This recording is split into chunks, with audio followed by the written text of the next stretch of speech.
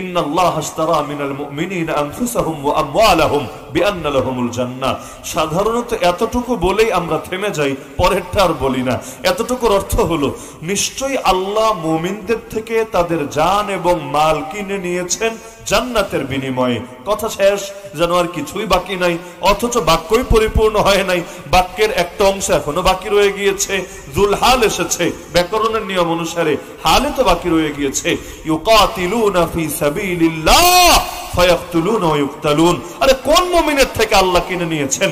ওই মুমিনের হালত কি, ওই মুমিনের খাসলত কি, ওই মুমিনের গুণ কি, ওই মুমিনের বৈশিষ্ট্য কি? আরে যে বেনামাজি, আমাদের ফতোয়া অনুসারে যদি নামাজের উপর ইয়াকিন থাকে তাহলে সেও তো মুমিনই বটে। আরে যে রোজা রাখে না, পাপ করে, কবিরা গুনাহে লিপ্ত, আমাদের দৃষ্টিতে সে তো কাফের না, নাস্তিক না, বেঈমান না, মুরতাদ না, ফাসিক হতে পারে, পাপিষ্ঠ হতে পারে, লেকিন মুমিন তো। এদের থেকে আল্লাহ কিনে নিয়েছেন জানমাল জান্নাতের বিনিময়ে না। আল্লাহ এখানে খাস করে দিচ্ছেন, আল্লাহ কিনে নিয়েছেন ওই সমস্ত মুমিনদের থেকে যাদের হাল হলো, যাদের অবস্থা হলো, যাদের বৈশিষ্ট্য হলো তারা আল্লাহর পথে জালেমের বিরুদ্ধে লড়াই করে।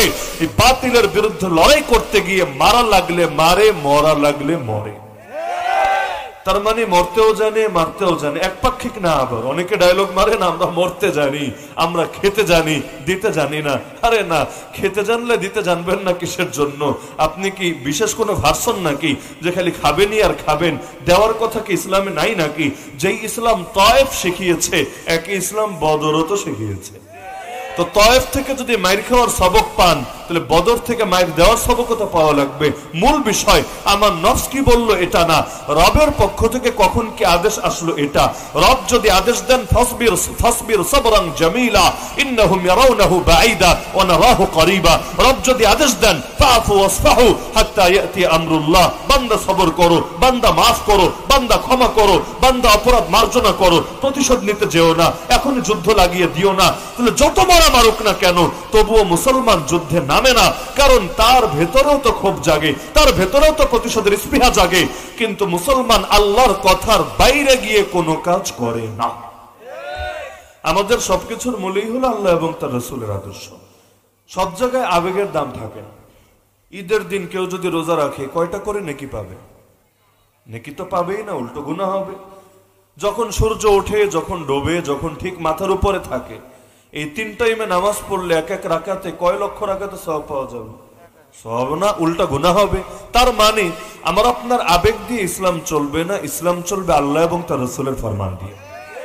এমনকি কারো যদি মনে হয় বিয়ে না করলেই তো ভালো, পেরেশানি যত কম, তাহলে ইবাদত, ইলম, কালাম সবকিছুর পেছনে বেশি মেহনত করা যাবে, বেশি সময় দেওয়া যাবে। কারণ বিয়ে করবেন তাহলে 2 পা থেকে 4 পা হবেন, 4 পা থেকে 6 পা, 8 পা, 10 পা, পা যত বাড়বে পেরেশানিও তত বাড়বে। দুনিয়ায় বিভিন্ন ব্যস্ততায় জড়িয়ে হয়তো রবের ইবাদতের পথেও সময় দেওয়ার মতো সময় আপনার হাতে কমে যাবে। এখন কেউ চিন্তা করলো এগুলো, তাহলে এগুলো সামনে রেখে বিয়ে শাদী বাদ। আমাকে বলেন, এই বিয়ে শাদী বাদ দেওয়ার চিন্তাটাকে ইসলাম উত্তম বলবে নাকি বিয়ে করাকে উত্তম বলবে? তার মানে আমি আপনি কি বুঝলাম, কি যুক্তি মাথায় ধরলো এটা দিয়ে ইসলাম চলবে না। আল্লাহ এবং তার রাসূলের ফরমান কি, সেটা দিয়ে ইসলাম চলবে।